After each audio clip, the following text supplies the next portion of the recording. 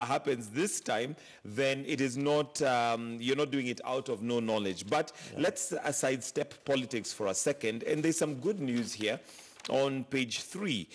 First on eye stem cell surgery, as woman says again. This is the first in East Africa where they're using stem basically to, correct eyesight. And we have a real case study of one Kenyan, Susan Muthoni, a patient at Laser Eye Center after a stem cell eye transplant, and she's able to see.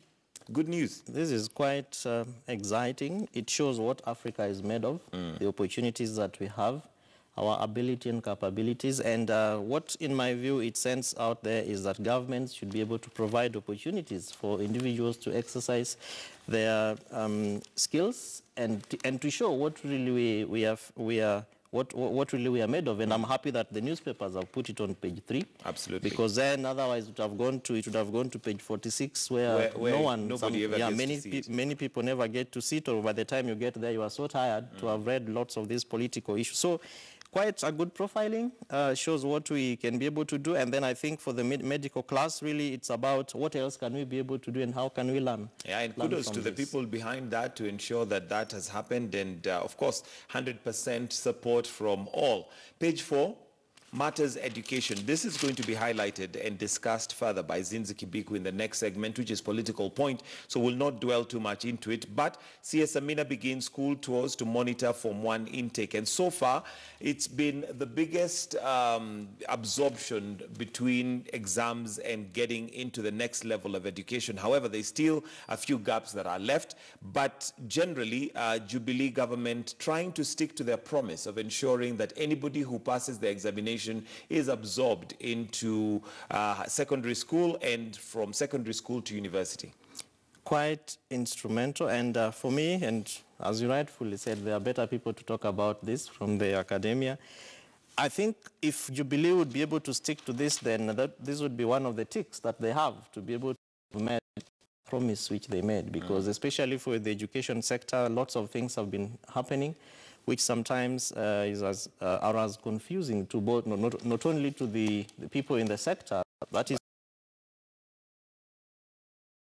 also to parents. And so I think that the CS and her team need to, quote unquote, pull up and ensure that things are happening, because this education is really the future.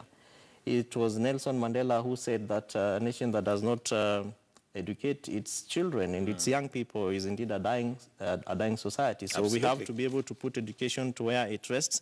And I'm happy about all the stakeholder engagements that are taking place between the CS, the ministry, and other people who are much more primary stakeholders. Absolutely. And maybe just to comment on that picture, I don't know if we have it on screen, but the tablet that the CS is holding, I wonder if that is one of the tablets that was supposed to be distributed to schools.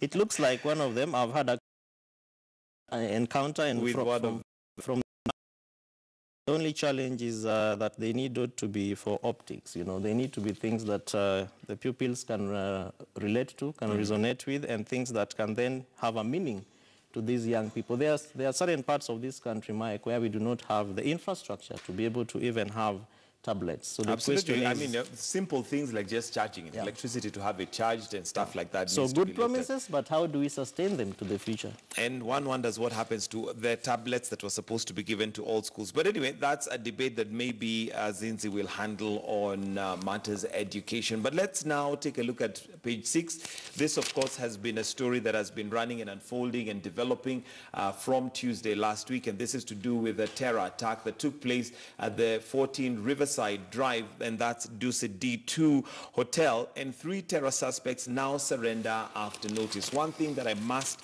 commend our security agencies this time, they have been on the beat. They have followed up on leads that they have. There's been consistent updates on what's happening, and that can only be good news.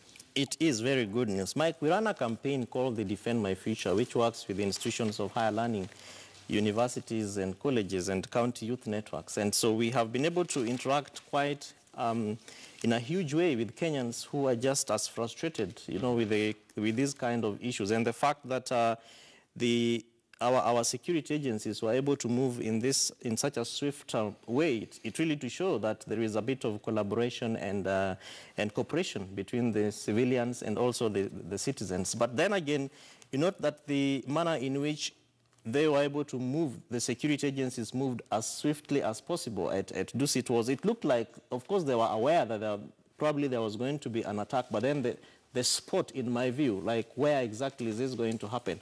But I think they have to be commended. They did quite a good task compared to Westgate, where I actively participated together with other Kenyans just to volunteer and ensure that things happen. The swiftness, in my view, was, as you could notice the difference. And I'm also aware that the Minister of Interior is working on a collaborative framework between all the security agencies, including DCI, ODPP, the judiciary, among others, including how the citizens come in to be able to ensure that security starts with me, to use His Excellency the President's words, because it really has to start with me. So if we see people surrendering, when we see people moving out to say, that was my son, this was my relative, these are willing Kenyans who are interested in the security of this country. Absolutely. And then we have to move on to how do we receive them as security agencies, how do we have discussions with them to be able to ensure that they provide avenues for more leads to be able to deal with these issues. But much more fundamentally is sustainability of this process, because again, it's not the first time that Kenya is being hit. What lessons are we learning? And I'm happy that the country is learning. There is an agency called the National Counterterrorism Center that in 2016, September, the President signed the policy that is then supposed to provide 9 pillars on countering and preventing violent extremism among Kenyans. Almost 8 of those pillars are just pillars that engage with the citizens, and it's really about the role of the citizens. So I'm happy about Kenyans, how we are coming out to volunteer information, and from the IG and Mheshimiwa Interior, Dr. Matiang'i, it's really about how do we ensure that more Kenyans are coming out and then citizens are actively participating in making Kenya a secure place. All right, and maybe as we finish off with a standard on page 12, there is 7 women named in senior police ranks. This again is very positive news.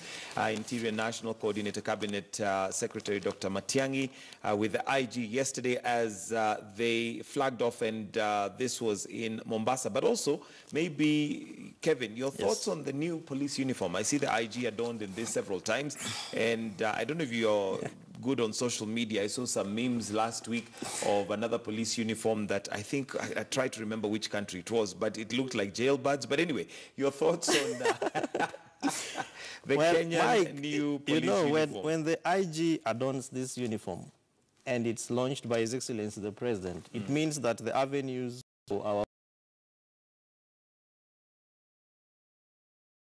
to court to stop this happening, but already the IG has adorned the uniform. His Excellency the President has already launched it, and it's actually something. So it's for us to not only acclimatize, but to try and find out how to make ourselves feel comfortable from the norm, you know, like the navy blue and the black, you know, the black trouser or whatever color it is, vis-a-vis what we are today seeing. But I think it looks colorful.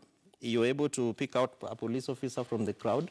It is conspicuous, and Mike, it looks nice from the IG's words. I'm sure others might beg to differ, but anyway, change is always a difficult thing. So when we're used to the khaki uniform that they've always worn, that change becomes a difficult thing to absorb and accept. And the country I was trying to remember is Zimbabwe, which have a very interesting uniform. As we wind up, the headline on the Daily Nation is Crisis as Ministry Delays School Cash. And of course, what we're going to be discussing in a short while, and Zinzi is going to be taking the reins of that particular discussion, is matters education. Education PS Belio Kipsang has promised that funds would be released in December, but nothing had been received 3 weeks after schools opened on January 3rd. And of course, that would affect learning in one way or the other. Yeah, it will. It calls for a mechanism or a framework that works between the education sector, which then brings together, which then is able to provide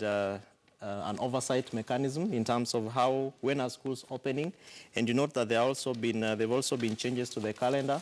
So these need to be things that, like the budget cycle that we have as both national and county governments, people know what is supposed to happen at what time. So I think that also needs to be enhanced from both sides. When the Ministry of Education knows that schools are opening on this date, because they also issue those calendars, then that needs to be communicated to Treasury.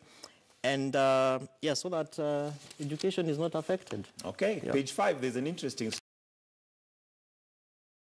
that one man's meat is another man's poison.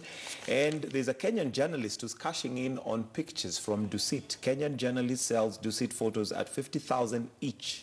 Wow, interesting. Interesting. So photographer wants to be credited for the pictures being auctioned online through Getty Images. So that is another form of income, I guess. And of course... But much more fundamentally is the role of young people, because you know that most of these people who are being recruited into these radical extremist groups are below the age of 24 years old.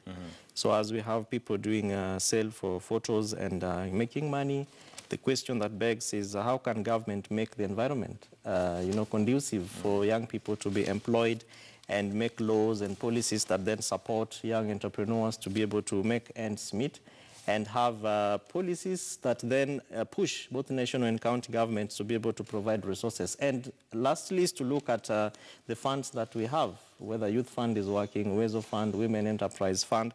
Are these funds working 7 years down the line? Are they things that are, making lives of young people different? And if so, then why is it that we are having, our young Kenyans, people even changing their names from Osido to Alamin something, What is it that is as enticing? And so if these are young people who are going out there, the government, in my view, and we work with the Ministry of Youth Affairs, Public Service, Gender and Youth Affairs, the State Department of Youth Affairs, and we are aware about the changes that are taking place even at the National Youth Service, among others. But then the question is, how do we make it much Nairobi? It's not a very close place. But then the question is, we have these people staying in Kiambu, which is almost 40 kilometers, or even less, much more closer.